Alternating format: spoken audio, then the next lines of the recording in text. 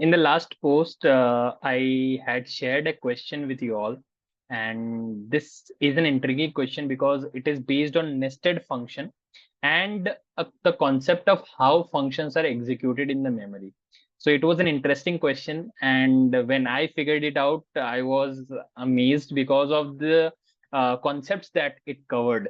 So I'm just again sharing that question with you, and I'll just want you to think what would be the output of this function, right? So we have defined a function g of x, and in that function we have defined another function h of x, classic example of nested function.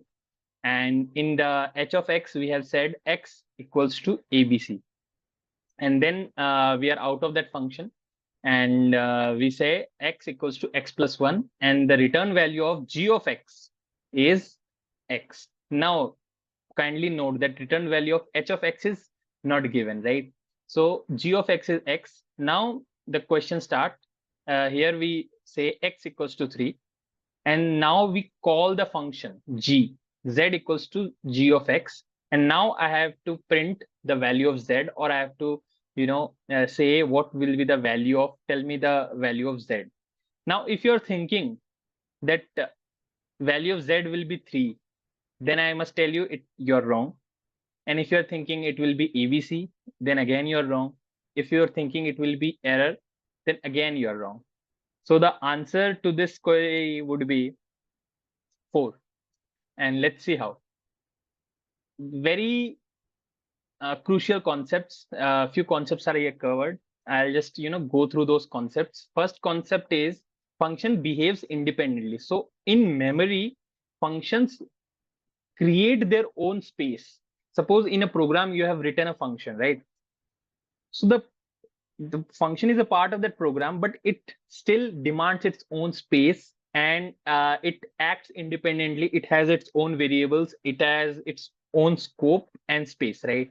And once the function has been created, it follows a time span. What is the time span? When you call the function creates a space in the memory, and then the function parameters, the variables that they are there in the function, the work is done, it is executed, and then it generates a return value, and that return value is returned. And this is the time span of a function. Then the memory block is destroyed. This is how a function is executed in a memory, right? So two core concepts: function behaves independently, and second, it has its own time span from calling a function to returning a value. This is the limited time span it has. And the third concept is the global and local variables can have the same names. Here we will see this concept and how it is applied. I'll just quickly explain how this is happening here. See, when we define a function in memory, it won't start from here. It starts from when the function is being called. So here z equals to, here x equals to 3, we have assigned a variable x equals to 3, and then z equals to g of x. Here the function is being called. Now once the function is being called, it goes here, and here it sees another function h of x is being called, and it won't look at here, right? It will suddenly jump from here unless and until h of x is being called. So x equals to x plus 1. So now since the x had 3, where now initially here x equals to x plus 1, it becomes 3 plus 1, that is 4, and return x. So x value 4 is returned, right? Now since h of x was not called, it does not do anything, right? So z equals to g of x, and that is z equals to 4. Now let's understand how it is being executed in the memory by this tool. We can visualize through this Python tutor. See, when the function is defined, it does not do anything. It will straight away jump to x equals to 3. There is a global frame that has been created, right? You can see that. Now x equals to 3, the value is being assigned, and that is the global frame here. Now when the function is called, right, g of x is called, it created its own unique space, right? You can see that. And the here x equals to 3, right? Now when we define a function, right, it is executed step by step. So now h of x is there. So again, h of x, value for h is created, and here now x will be x equals to 3 plus 1, right? Here it has been executed, and return value for this function is 4. Now the function block, you can see it has been destroyed.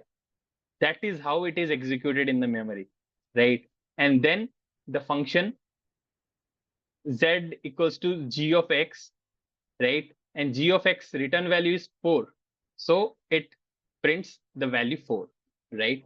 That is how the function is operating. Now, in a pressure situation, or if you do not know how the function is behaving, you might say, where is the x went? Where is x equals to ABC, right? Where the ABC went? So this is important because since h of x was not called, there was no block and there was no return value as well. Suppose here, what we try to do is, if we, twist a little and try to see if, here we say h of x is called.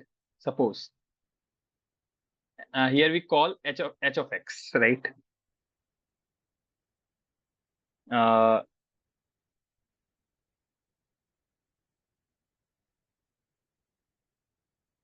Now suppose here we call h of x. Now let's see what happens. See, again, global frame is created. X equals to 3 is assigned. G of x is called. So it goes to that function. Now definition of h of x. Okay. Then x equals to x plus 1. That is 3 plus 1, 4. Now h of x is being called, right? So now x becomes ABC. But return value is none. So here when we nothing is to nothing, no variable was there to capture the return value of none, right? So here's one of the core concept again comes, that when a function does not have any return, then it returns none. And if there is no variable to capture that value, the block gets destroyed, right? Similarly, here h of x had no return value, so it got destroyed, and then return x. Now x was 4, so again it becomes 4. Return value is 4. Print will be print 4. That's was the core concept behind how functions are executed in the memory. I hope you like the effort and you like the concept.